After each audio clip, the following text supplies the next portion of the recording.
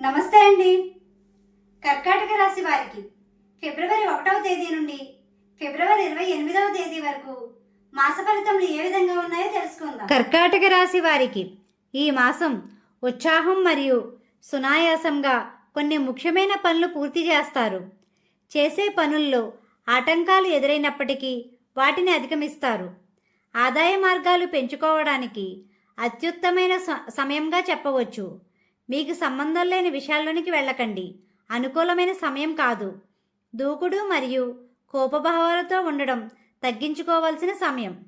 ఎదుట వ్యక్తులను అంచనా వేసి మీ పనులు పూర్తి చేయడంలో సఫలమవుతారు. ముఖ్యమైన పనులకు మీరు స్వయంగా పూర్తి చేయండి. వేరే వ్యక్తుల ప్రమేయం ఉంచకండి. ఆస్తులు, ఇతర విలువైన వస్తువులు కొనుగోలు చేసేవారు సలహాలు సూచనలు తీసుకోండి. స్థిరాస్తుల విషయంలో అనుకూలమైన సమయం. ఆరోగ్యం అనుకూలంగా ఉంటుంది. అయినప్పటికీ స్వల్పపాటి జాగ్రత్తలు తీసుకోవాల్సి ఉంటుంది. ఆదాయ మార్గాలు పెంచుకోవడానికి చేసే ప్రయత్నాలు ఫలిస్తాయి. కుటుంబ సభ్యులతో సంతోషంగా ఉంటారు. సమయాన్ని గడుపుతారు. ప్రయాణాలు ఎక్కువగా చేసే సమయమనే చెప్పవచ్చు. మీకు సంబంధం లేని విషయాల్లోనికి వెళ్ళకండి. వృధా ఖర్చులు చేసే సమయమనే చెప్పవచ్చు. ఆచితూచి వ్యవహరించండి. అనుకున్న సమయానికి చేతికి డబ్బులు సమకూరుతాయి. కొత్త పరిచయాలు ఏర్పడతాయి. తద్వారా కొన్ని పనులు పూర్తి చేస్తారు. ఆధ్యాత్మిక భావంతో ఉంటారు. తద్వారా ప్రశాంతత పొందుతారు. మీకు రావాల్సిన బాకీల కోసం చేసే ప్రయత్నాలు ఆలస్యమయ్యే సమయమనే చెప్పవచ్చు. మీకు ఉన్న రుణ సమస్యల విషయంలో జాగ్రత్తగా ఉండవలసిన సమయం ఇది. మీ చేతులతో రుణాలు తీసుకున్నా ఇచ్చినా సమయానుకూలంగా ఉండండి.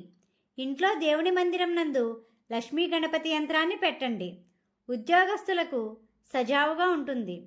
తోటి ఉద్యోగస్తులతో సమయానుకూలంగా ఉండండి. ఉద్యోగ ప్రయత్నంలో ఉన్న వారికి శుభదాయకం. వ్యాపార రంగంలో ఉన్నవారు లాభధ్యేయంతో ఉంటారు. అనుకున్న లాభాలు గణిస్తారు. భాగస్వామ్య వ్యాపారస్తులు ఏకవాక్యతో వ్యవహరించాలి. పెట్టుబడులు పెట్టడానికి అనుకూలమైన సమయం ఇది. విద్యార్థులకు అనుకూలమైన వాతావరణం ఉంటుంది. ఉన్నత విద్య కోసం విదేశాలు వెళ్లే వారికి ఫిబ్రవరి 14 తరువాత శుభదాయకమనే చెప్పవచ్చు. మీకు మార్గమధ్యలో గోమాత కనిపిస్తే ఏదో ఒక ఆహారం పెట్టండి. జీవిత భాగస్వామితో స్వల్పపాటి చికాకులు ఉండే సమయమనే చెప్పవచ్చు. సమయానుకూలంగా ఉండండి.